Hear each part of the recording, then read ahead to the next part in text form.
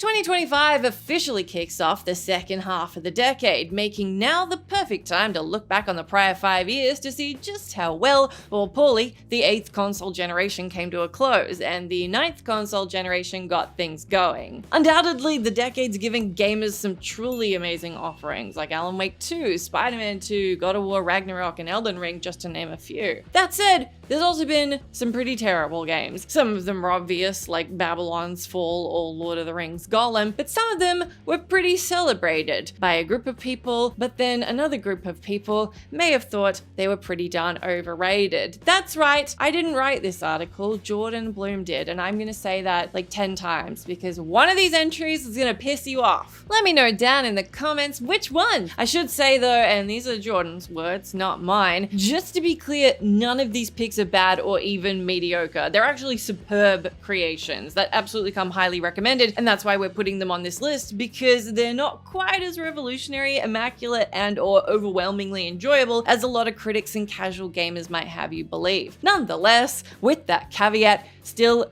don't shoot the messenger. I hope you've got your pitchforks. I'm gonna try and parry, but I won't. I'll just take the hit. And we're gonna get through this one together. I'm Jess from WhatCulture, and here are the 10 most overrated video games of the decade so far. Number 10, Resident Evil Village. 2017's Resident Evil 7 Biohazard was precisely the shot in the arm the series needed. In addition to being the franchise's first mainline foray into first-person POV, its likable new protagonist Ethan Winters and backwoods locations resulted in the scariest and freshest Resident Evil journey in years. Its sequel, 2021's Resident Evil Village, was a solid continuation that felt like both a direct successor to Biohazard and a spiritual successor to the masterpiece that is Resi 4. After all, it leaned into gothic horror by bringing Ethan to a snowy European village, where he fights werewolves, strange villagers, and aristocratic castle dwellers. Consequently, it won multiple Game of the Year awards, and some people still champion it over Biohazard as a top-tier part of the saga. And although it's good, it's not that good, Jordan says. Primarily, it's much easier than Biohazard, with wonky AI and Ethan's ridiculous ability to live through anything, which make it a breeze to survive pretty much any situation. On that note, Ethan is less interesting and perceptive than before, and there are numerous story contrivances and inconsistencies that yield a less polished, frightening, serious, and compelling narrative and setting to what came before. Even the big baddies pale in comparison to what preceded them. So, on the list it goes. Number 9, Pokémon Legends Arceus.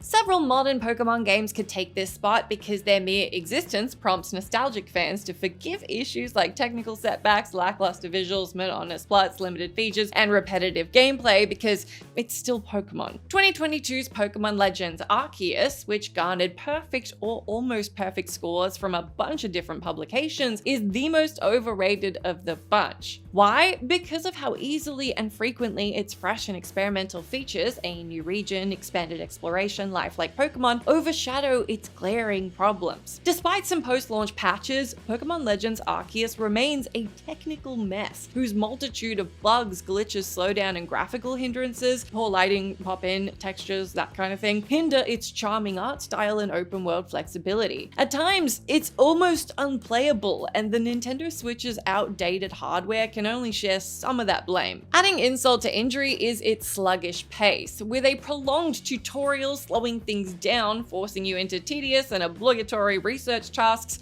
before you can move on with the main story. Even when it's running smoothly and the player has the most freedom to sightsee, Pokemon Legends Arceus routinely includes empty and unappealing environments that are difficult to navigate as well. And the amount of backtracking required is deeply unfun. Number 8, Splatoon 3. When the first Splatoon released in 2015, it signified the birth of one of Nintendo's most exciting and beloved new properties. Thankfully, its 2017 sequel improved upon it in a bunch of ways, just as 2022's Splatoon 3 shook things up a tad more with weapons, storylines, customization options, maps, modes, and gameplay dynamics. As such, there's a clear argument to be made that overall, it's the best Splatoon so far. Even so, and with the figurative rose-colored glasses removed, it's easy to see that Splatoon 3 doesn't push the franchise forward nearly enough, and actually does some things worse than Splatoon 2. Therefore, before it falls short of the hype that initially surrounded it, and still does to a certain degree. For one thing, Splatoon 3's table turf battle card game is an unfulfilling and superfluous addition which complicates rather than complements the experience. Regardless of whether it's improved since launch, the game's online connectivity continues to be intolerably unreliable as well. Some maps like Mincemeat Metalworks and Brinewater Springs are pretty lackluster, and there's too much grinding and currency required to unlock things. To put it simply, there's still too much frustrating and underwhelming ink covering Splatoon 3's surface and cracks. Number 7,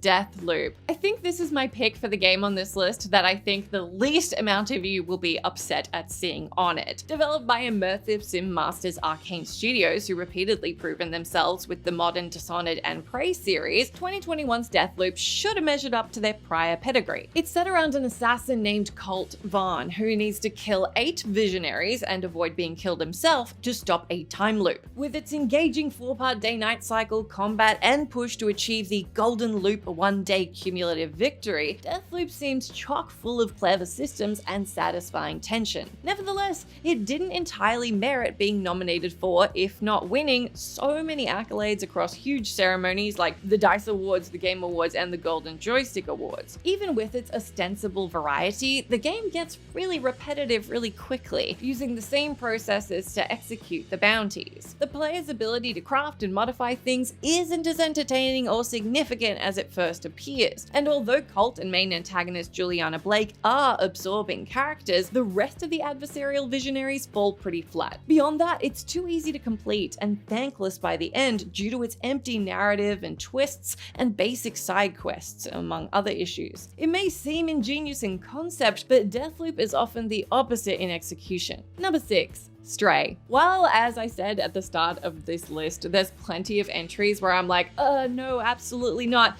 There are some entries where I'm like, yeah, that's kind of fair, and this is one of them. Annapurna Interactive has quickly become one of the most alluring publishers in recent memory, with What Remains of Edith Finch, Flower, Gone Home, Telling Lies, and The Unfinished Swan being but a few of their many superbly touching and inventive titles. 2022's Stray seemingly deserves a place on that list too, as its inherently endearing premise, navigating an adorable stray cat and its drone companion as they evade robots, interact with NPCs, solve puzzles, and struggle to reach the surface world, positioned it to be an effective work of art. Unsurprisingly, it was pretty good and earned rave reviews and an abundance of award nominations upon release. Once the novelty and charm wear off though, Stray becomes a consistently cute, but also consistently boring walking simulator. Throughout its journey, the cat is tasked with mundane quests that offer little more than superficial and fleeting rewards. Compounding that issue is the detached nature of the cat narratively and emotionally. However realistic it might be, it's hard to connect with a central character that barely has agency or expressiveness in their own adventure. I'm a cat person, but let's face it, they got like half a brain cell each. There's also a lot of underdeveloped lore that ultimately makes Stray seem like an empty shell hidden beneath an undeniably lovable feline face. Number 5, Assassin's Creed Valhalla. Yeah, this is the one that hurt me, so let's go ahead. The follow-up to 2018's Assassin's Creed Odyssey, 2022's Assassin's Creed Valhalla, essentially applies Ubisoft's tried and true open-world approach to a couple of new backdrops, Norway and England, and a couple of new frameworks, Norse mythology and Viking conquests. By and large, it's still a winning recipe for those who've not grown completely tired of the developer's well-worn formula, particularly because of its well-crafted narrative, player agency, visceral though uncharacteristic combat, and beautiful landscapes. As balanced and worthy of some worship as it may be, especially by Jessica, Valhalla is significantly buggier and more bloated than many die-hard defenders like to admit. And as a die-hard defender, I say, nah-uh. Sure, the glitches are occasionally amusing, but before long they just become irritating and disruptive, to the point that large portions of progress might go unsaved. Furthermore, Valhalla can take upwards of 100 hours to finish. I think I took more than 200, due in part to having 800 collectibles to find, thereby taking Ubisoft's knack for overstuffing their games to new heights. There's also the generally useless Raven companion, as well as the horrendous microtransactions, uneven pacing, padded out settings, and a sense of anticlimax when all said and done. That's not true, it's got a great ending. Sorry.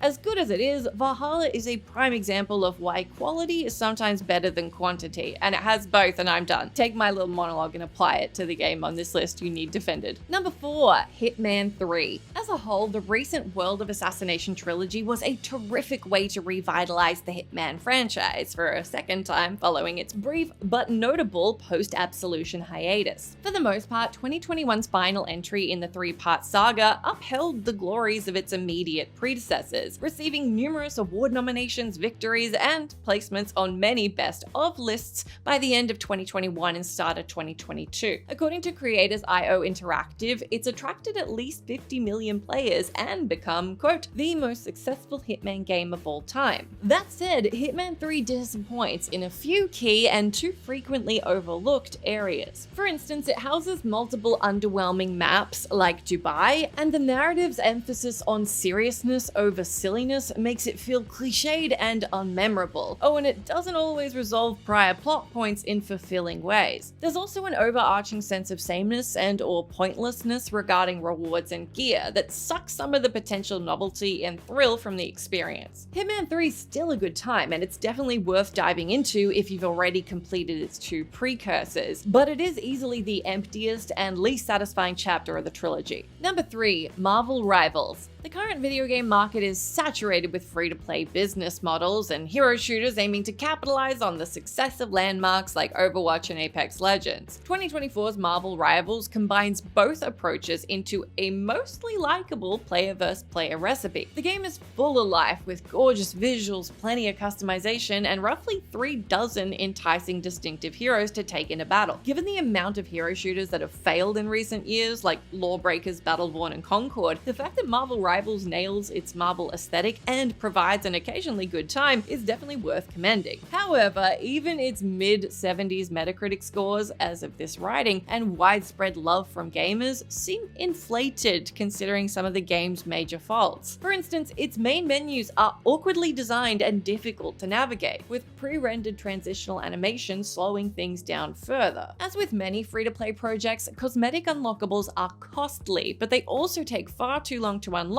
purely by leveling up. Worst of all, many characters' movements and powers are clunky and egregiously limited, making it a slog to move and fight across several overly large yet barren environments. The clumsy tutorial options certainly don't help either. Number 2, Returnal. Although they've been creating games for roughly 30 years, it was 2021's roguelike third-person shooter Returnal that put developer Housemarque on the map. At the same time, it became one of PlayStation's biggest new IPs. Framed around an astronaut who gets stuck in a time cycle while investigating a peculiar signal, Returnal's horror, sci-fi vibe, and gameplay loop make it as addictive as it is scary. Of course, its immersive audio and visuals and unique weapons and perks are the cherries on top of that inherently appealing sundae. Nonetheless, Returnal isn't quite the masterpiece its reputation indicates. While it presents a variety of tools with which to rescue yourself and fight foes, they could be more diverse and substantial, not to mention less randomly generated. On the surface, the plot is interesting, but it runs out of steam long before Returnal reaches its climax. Adding insult to injury and recognizing that roguelikes are usually unforgivingly difficult, the game's strict suspend cycle and checkpoint rules mean that players potentially waste hours on productive runs that never get saved. Unsurprisingly, only about 20% of players roll credits because it's tough or just too tedious for most of them. It's fair to say that Returnal isn't all it's cracked up to be. Number 1, Super Mario Bros. Wonder. I know, I'm sorry. Even Jordan caveats this pick. It bears repeating that saying something is overrated is not the same as saying it isn't good, and it'd be foolish to imply that 2023's Super Mario Bros. Wonder is anything less than just another stellar side-scrolling romp with gaming's favorite plumber. Indeed, it looks, sounds, and plays great, with delightful graphics, music levels, and gameplay making every moment immersive and fun. Plus, the new badges, power-ups, and wonder flowers ensure that the game checks off every box long longtime Mario fans could expect, while also throwing in cool changes for good measure.